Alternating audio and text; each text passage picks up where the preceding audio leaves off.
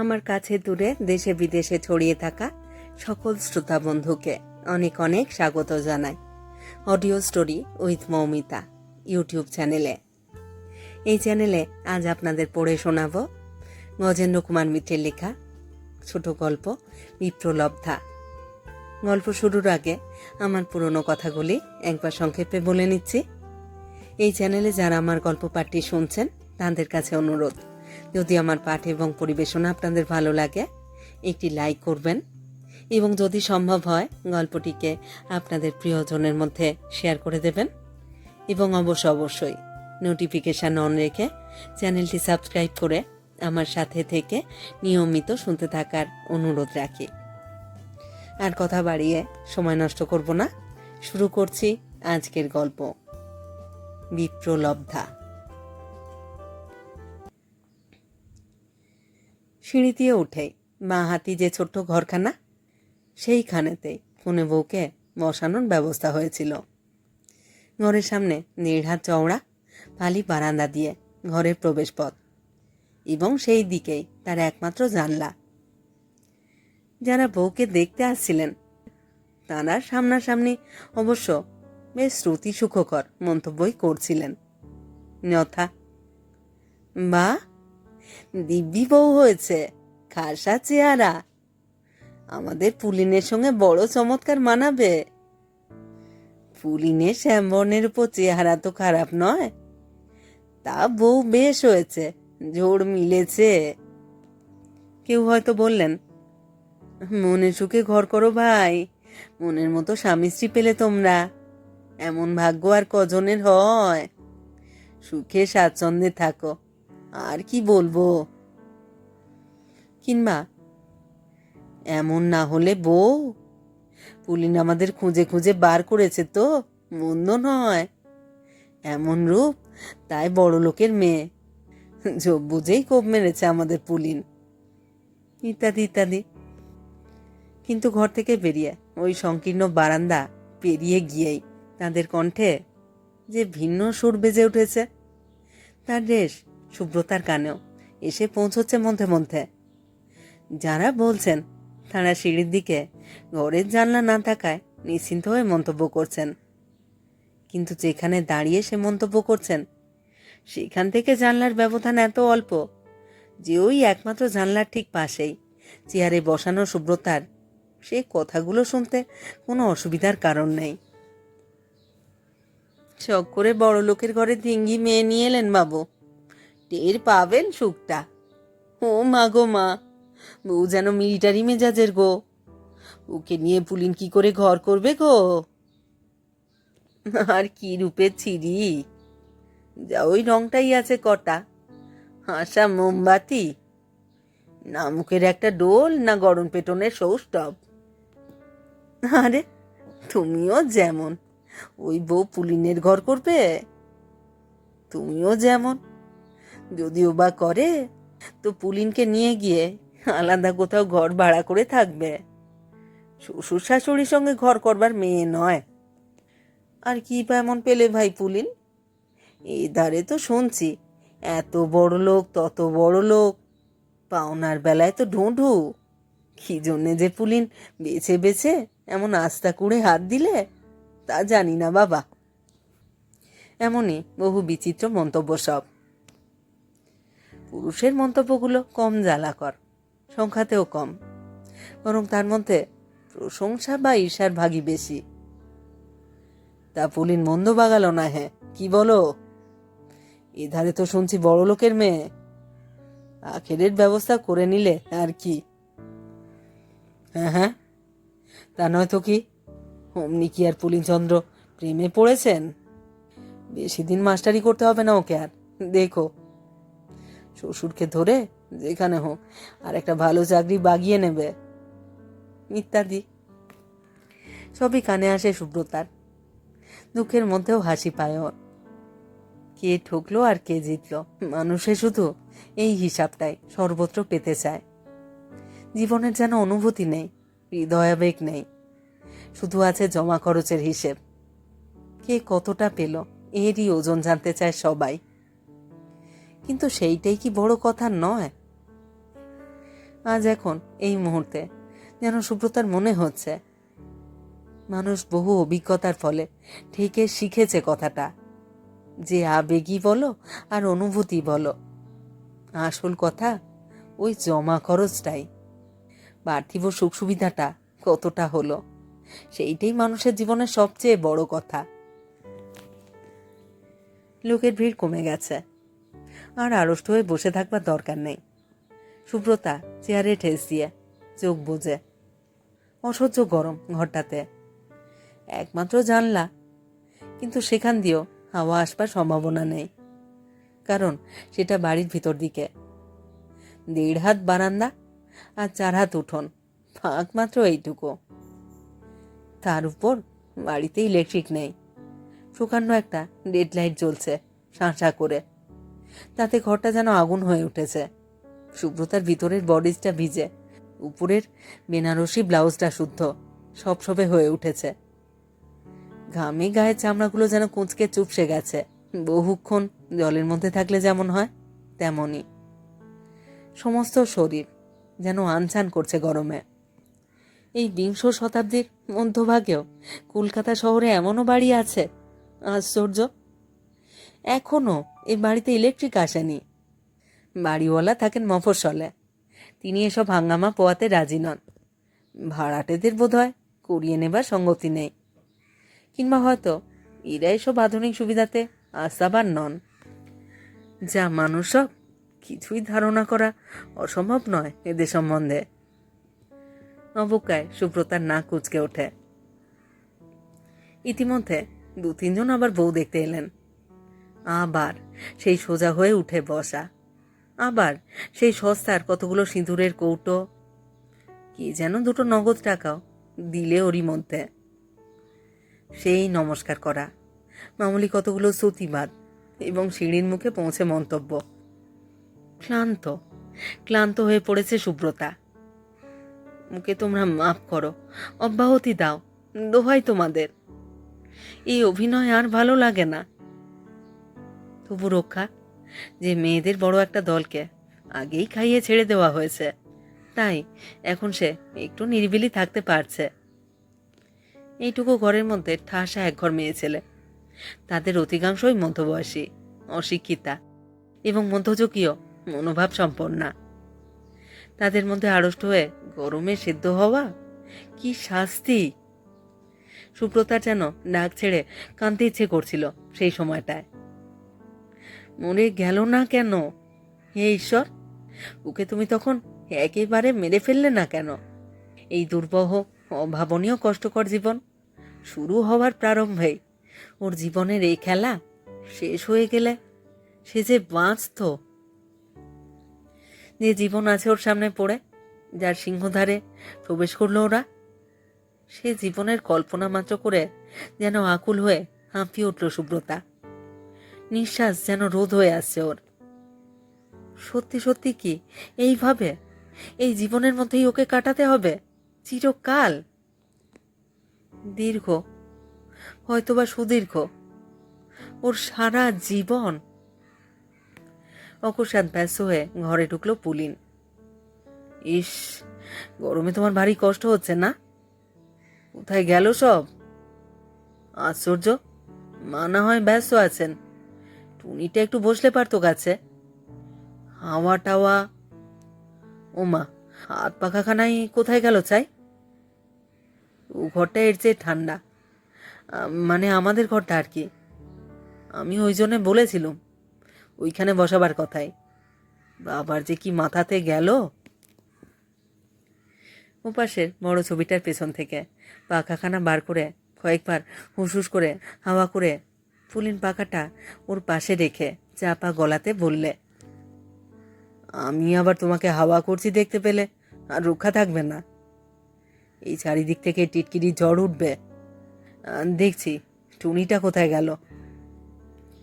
বাধা দিয়ে ক্লান্ত এবং নিরস কণ্ঠে সুব্রতা বলে উঠল, দয়া করে আর কাউকে ডাকবার চেষ্টা করো না, আমাকে একটু একা থাকতে দাও। বড্ড কষ্ট হয়েছে না গো? তুমি রাগ করেছো নয়? এই আজকের দিনটা, তারপর থেকে আমরা নর্মাল জীবনযাত্রায় ফিরে গেলে আর অসুবিধা হবে না দেখো। লক্ষ্মীটি, আজ শুধু সহ্য করো। পুলিন আবার তেমনই ব্যস্ত হয়ে বেরিয়ে গেল ঘর থেকে। নর্মাল জীবনযাত্রা, হায় রে। সুব্রতার ওষ্ঠের কোণে সূক্ষ্ম একটু ব্যঙ্গের হাসি ফুটে উঠল। ওর যা স্বাভাবিক জীবনযাত্রা, তা কি আর এই জীবনে ফিরে পাওয়া সম্ভব হবে? যাকে বড়লোক বলে, সুব্রতার বাবা তার নন, এটা ঠিকই। 800 টাকা মাইনে এই যুদ্ধতর জগতে এমন কিছুই নয়। তবু জ্ঞান হয়ে পর্যন্ত সুব্রতা অভাব তো কখনো পায়নি।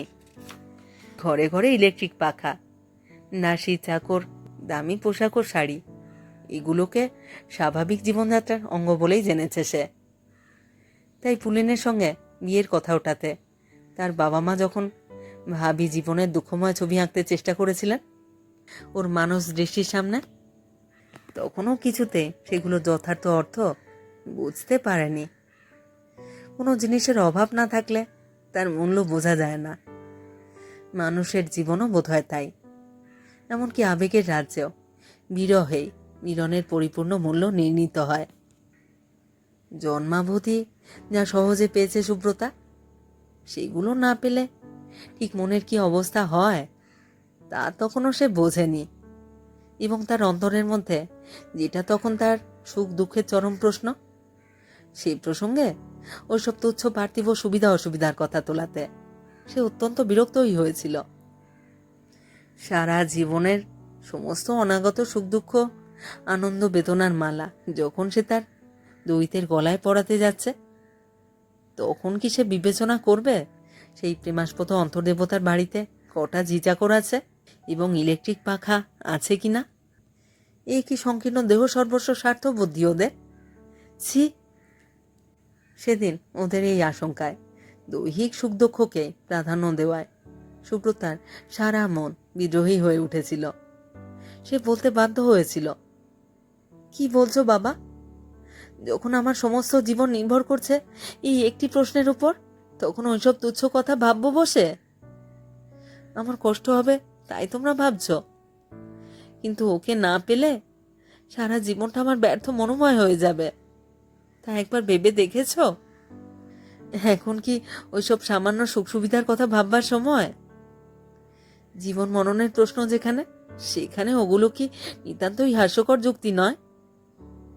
আর মা, তুমি না বলেছিলে যখন তোমার বিয়ে হয় বাবা 40 টাকা মাইনে পেতেন? তুমি ঘর করনি ওর সঙ্গে? আমি হিন্দুর মেয়ে নই। সীতা সাবিত্রী রক্তের কণা না থাক, তাদের দেশের আকাশ বাতাস স্পর্শ করে নেই আমাকে? এরপর অবশ্য ওরা আর কিছু বলতে পারেননি। কিন্তু এখন সুব্রতার মনে হচ্ছে যে এর পরেও কিছু বলবার ছিল, আর বলতে পারলেই ভালো হতো। কি ছিল পুলিনের? কেন কেন ওর এই মোহ এলো তার সম্বন্ধে? ইংরেজিতে ভালো করে এমএ পাশ করে টিউশনের চেষ্টায় ঘুরছে, সেই সময় কি একটা যোগাযোগে সে সুব্রতার গৃহ শিক্ষক নিযুক্ত হয়। সুব্রতা তখন ম্যাট্রিক পড়ছে, আর কয়েক মাস পরেই পরীক্ষা। পুলিন যত্ন করেই ওকে পড়িয়েছিল, আর তার ফলে সে আশাতীত ভালোভাবেই পাশ করে। সুতরাং ম্যাট্রিক পাশ করবার পরও পুলিনের চাকরি গেল না। সুব্রতা কলেজে ভর্তি হতে আরও 5 টাকা বেশি মাইনেতে সে পূর্বপদে বাহাল রইল। তারপর এই 3 বছর কেটেছে। সুব্রতা আইএ পাশ করে বিএ পড়ছিল, কিন্তু বিএ পাশ করা ওর হলো না আর। সুব্রতা নিজে তার বাবার কাছে বিয়ের প্রস্তাব পারলে নিতান্ত নির্লজ্জের মতো। পুলিনকে ভালোবাসে, শ্রদ্ধা করে, তাকে ছাড়া অন্য কাউকে স্বামী বলে মনে করতেও পারবে না সে। নিতান্ত সাধারণ চেহারা পুলিনের, শ্যামবর্ণ নোহারা চেহারা, তাতে এমন কোনো প্রতিভার দীপ্তিও নেই। মাঝারি রকমের ছাত্র ছিল, জীবনের প্রতিযোগিতার ক্ষেত্রেও মাঝারি রয়ে গেছে। কলকাতার কোনো একটা স্কুলে মাস্টারি পেয়েছে, আজ বছর 2 হলো। ভাতা টাতা নিয়ে শোয়াশো আন্দাজ পায়, আর এই টিউশনি ভরসা। তবে কি দেখে সে পুলিনকে ভালোবেসেছিল? এই প্রশ্নের ঠিক জবাবটা সে বাবা মাকে দিতে পারেনি বটে, কিন্তু আজ নিজের মধ্যে খুঁজে পেয়েছে। ওর কৈশোর থেকে আজ পর্যন্ত অন্য কোনো পুরুষকে সে হাতের কাছে পায়নি। ওর আত্মীয় স্বজনের পরিধিও খুব বেশি নয়, অথচ ওর রোম্যান্টিক মন বহুকাল ধরেই বোধহয় প্রস্তুত হয়েছিল কোনো এক পুরুষকে আশ্রয় করবার জন্য। পুলিন ভালো ছাত্র। সুব্রতার পরীক্ষার মুখে যখন তার মনে হচ্ছে যে কিছুই জানা নেই নিজের, তখন হঠাৎ ইংরেজি ও অঙ্কে একটা পাকা রকমের জ্ঞান নিয়ে এসে দাঁড়ালো সে। তখন হয়েছিল শ্রদ্ধা। সেই শ্রদ্ধার পথেই কখন ধীরে ধীরে প্রেমে এসেছে জানতে পারেনি ওরা। উফ, এই কটা মাস কি করেই কেটেছে ওর। মনে হয়েছিল যে পুলিনকে যদি না পায় তো সারা জীবন ব্যর্থ হয়ে যাবে, শ্মশান হয়ে যাবে ওর সারা অন্তরটা। এই জীবনের, এই দেহের আর কোনো মূল্যই থাকবে না। ওর সবকিছু চরম সার্থকতা হচ্ছে পুলিনকে স্বামী রূপে লাভ করা। তাই কোনো দিকেই সে ফিরে চায়নি, কোনো যুক্তিতেই কর্ণপাত করেনি। শুধু যেন তপস্যা করেছে সে ওকে লাভ করবার জন্য। সেই তপস্যা ওর এতদিনে সার্থক হয়েছে। আজ ওর জীবনে সুখের পাত্র পরিপূর্ণ হয়ে উঠবার কথা, কিন্তু কোথায় যেন একটা খটকা বেঁধেছে ওর মনে। আজ কি যেন সংশয় জেগেছে। মধুবেশে যখন গাড়ি থেকে ওই ছোট্ট দোতলা বাড়িতে এসে নামলো, তখনই বুকের মধ্যে কেমন একটা হিম শৈত্য অনুভব করেছিল। সুব্রতার বিশ্বাস ছিল যে দারিদ্র্য সম্বন্ধে মোটামুটি ধারণা ওরা আছে, তার জন্যে প্রস্তুত হয়েই পুলিনকে বিয়ে করেছে সে। তাছাড়া ঠিক যাকে দরিদ্র বলে পুলিনরা তা তো নয়। ওর বাবা আজও চাকরি করেন, যত সামান্যই হোক তার আয়েই তো এতকাল চলেছে সংসার। তার সঙ্গে পুলিনের আয় যোগ হয়ে সচ্ছলতা না পাক জীবন ধারণের একান্ত প্রয়োজনীয় উপকরণগুলো পাবে সে। এ বাড়িতে আসবার পর সে বুঝেছে একান্ত প্রয়োজনীয় উপকরণ সম্বন্ধে সকলের ধারণা এক নয়। এদের কোনো নিজস্ব ঝি চাকর নেই। একটি ঠিকে ঝি বাসন মেজে দিয়ে যায়, 8 টাকা তার মাইনে। মাইনে বাড়াবার অনেক আবেদন নিবেদন করে সে হতাশ হয়ে গিয়েছে। বহুদিনের কাজ বলে একেবারে ছাড়তে পারে না, কিন্তু কামাই করে মনের ঝাল মিটায়। কাল সে আসেনি, সামান্য কি এক অছিলায় কামাই করেছে। উৎসব বাড়ির সব বাসন মেজেছেন ওর শাশুড়ি এবং ছোট ননদ অসীমা নিজে। হয়তো ওরও তাদের সঙ্গে গিয়ে যোগ দেওয়া উচিত ছিল। এরা সেরকম কিছু একটা আশা করেছিলেন কিনা কে জানে, কিন্তু সুব্রতা তা পারেনি। এক বাড়ির লোকের মধ্যে গিয়ে ওই কলতলায় বাসন মাজতে সে পারবে না। তাই এরা যাই ভাবুন। আজও সে ঝি আসেনি। হালুইকরদের সঙ্গে যে ঝি এসেছে তাকে দিয়েই আজকের কাজ চলল। হয়তো কাল থেকেই আবার বাসন মাজতে হবে নিজেদেরকেই। তখন হয়তো সুব্রতার প্রশ্ন উঠবে। মা গো, ভাবতেই ওর সারা অন্তর বিদ্রোহী হয়ে ওঠে। অবশ্য এটা ঠিক যে পুলিন কিছু গোপন করেনি। সে বারবার ওকে বলেছে, ভেবে দেখো সু, কোথাও যেন কোনো বোঝবার ভুল না হয়। আমাদের ভালোবাসা যেন প্রতিদিনের জীবনযাত্রায় ঘুলিয়ে না ওঠে। তার চেয়েও আমি আজীবন মনে মনে তোমাকে কামনা করে তোমার কথা ভেবে কাটাবো, সেও ঢের ভালো। আমি তো সত্যই দরিদ্র, সেখানে ঠাকুর নেই, দিনরাতে চাকর নেই। আজ না হোক একদিন হয়তো তোমাকে কিও রাঁধতে বসতে হবে। তখন সুব্রতাই তাকে ধমক দিয়েছিল, কি বলছো যাতা? মানুষের বিবাহটা কি এমনই ছেলে খেলা ভাবো নাকি?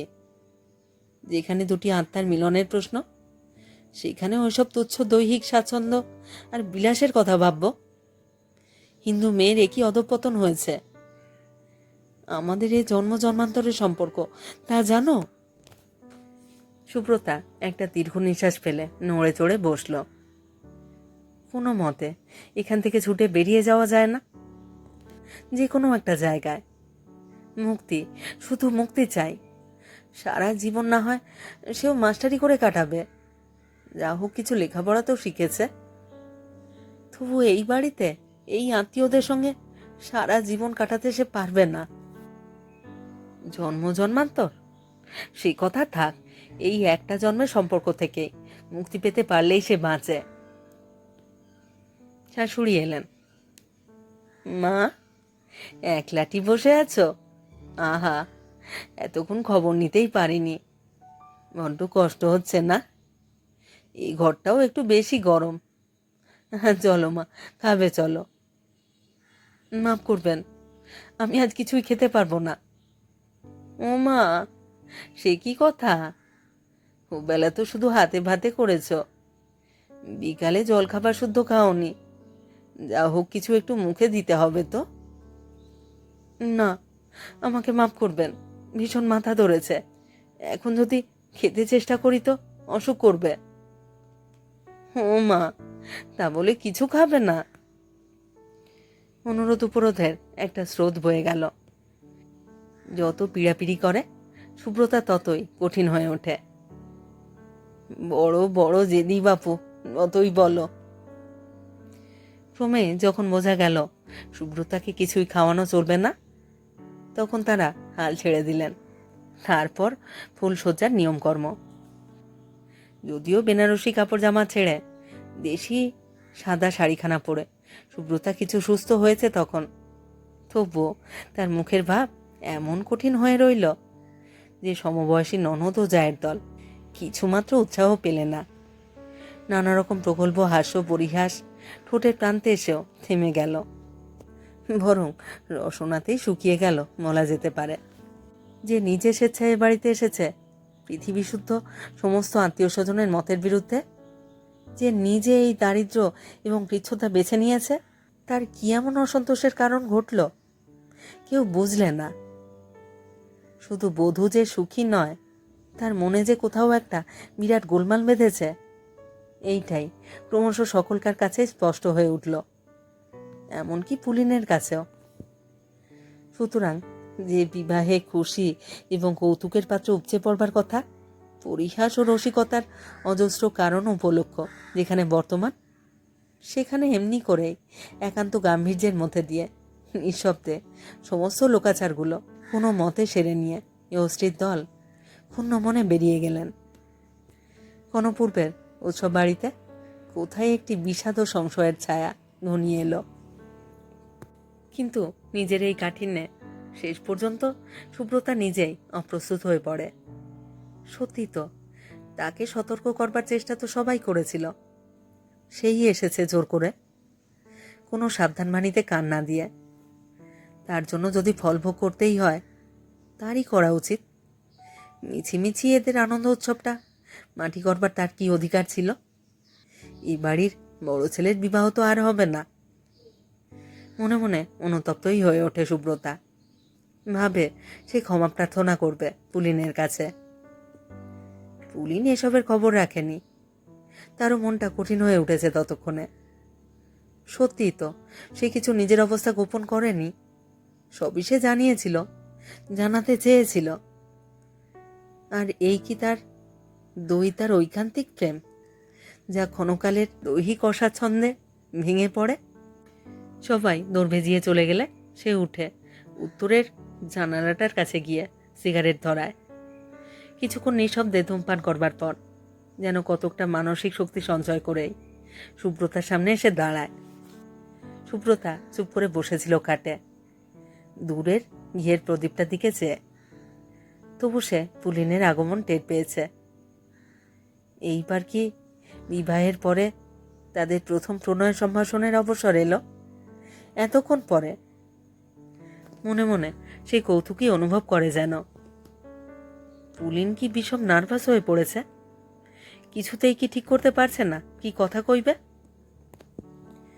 পুলিন কিন্তু একটু পরেই কথা বলে, কঠিন শান্তভাবে। আমি তো তোমাকে সব কথাই জানাতে চেয়েছিলাম সু। তখন যদি সত্যি সেটা বুঝতে চেষ্টা করতে, অমন করে নভেলি রোমান্সের দৃষ্টিতে জীবনটাকে না দেখতে, তাহলে আজ বোধহয় এত বড় ভুল করার প্রয়োজন হতো না। কঠিন একটা আঘাতে যেন খান খান হয়ে গেল সুব্রতার মনের প্রসন্নতা। সে একটু চুপ করে থেকে বললে, ভুল যখন হয়েই গেল তখন তো আর পথ নেই। এখন সেই কথাটা স্মরণ করিয়ে লাভ আছে কিছু? তুমি কি এখনই মুক্তির পথ খুঁজছ? ধরো তাই, কিন্তু সে পথ দেখি না কোথাও। ভুল আমিও করেছি বই কি। ভেবেছিলুম অন্তরের যা আসল প্রেম তা বাইরের সমস্ত অভাব, সমস্ত দৈন্যকে ঢেকে নিতে পারবে। তাই ভরসা করেছিলুম তোমার দিকে হাত বাড়াতে। আমার যা হয় হোক, ভাবছি তোমার কথা। তোমার বোধ হয় আর মুক্তির কোনো পথ রইল না। সুব্রতার মুখ আরো কঠিন হয়ে উঠল। সে বললে, আমার মুক্তির পথ হয়তো আমি নিজেই খুঁজে নিতে পারবো, কিন্তু এখন মাফ করো আমাকে। আমার সত্যি বড় ঘুম পেয়েছে। সত্যি যদি খুব অসহ্য হয়ে থাকে, আমাকে যদি তোমাদের এই মহান বংশের কলঙ্ক স্বরূপ বলেই মনে হয় তোমার, কালই না হয় বাপের বাড়িতে পাঠিয়ে দিও। এখন আজকের এই বাকি 1.5 ঘন্টা রাত আমাকে একটু আশ্রয় দাও। তপ্ত অশ্রু বার হতে চাইছিল প্রাণপণে তাকে দমন করবার চেষ্টা করাতে। সুব্রতার মুখ কেমন যেন বিকৃত হয়ে উঠল। সেদিকে চেয়ে পুলিন ভুল বুঝল। ওর মনে হলো সেই মুখে অপরিসীম ঘৃণা এবং বিদ্বেষী ফুটে উঠেছে তাদের সম্বন্ধে। সুব্রতা সশব্দে শুয়ে পড়ল খাটের এক প্রান্তে। পুলিনও একটা চেয়ার নিয়ে জানালার ধারে গিয়ে বসল। নিঃশব্দে একটার পর একটা সিগারেট খেয়ে যেতে লাগলো। শোবার কথা কল্পনাও করতে পারলেন না। সুব্রতার ঘুম এলো না। প্রদীপের কম্পমান ক্ষীণ শিখাতে পুলিনের ছায়াটা দীর্ঘ থেকে দীর্ঘতর হয়ে কাঁপতে লাগলো ওপাশের দেওয়ালে। সেই দিকে চেয়েছে তাদের অনেক দিনের আশা ও কামনার ধন, তাদের ফুলশয্যার রাত তার বিনিদ্রই কেটে গেল।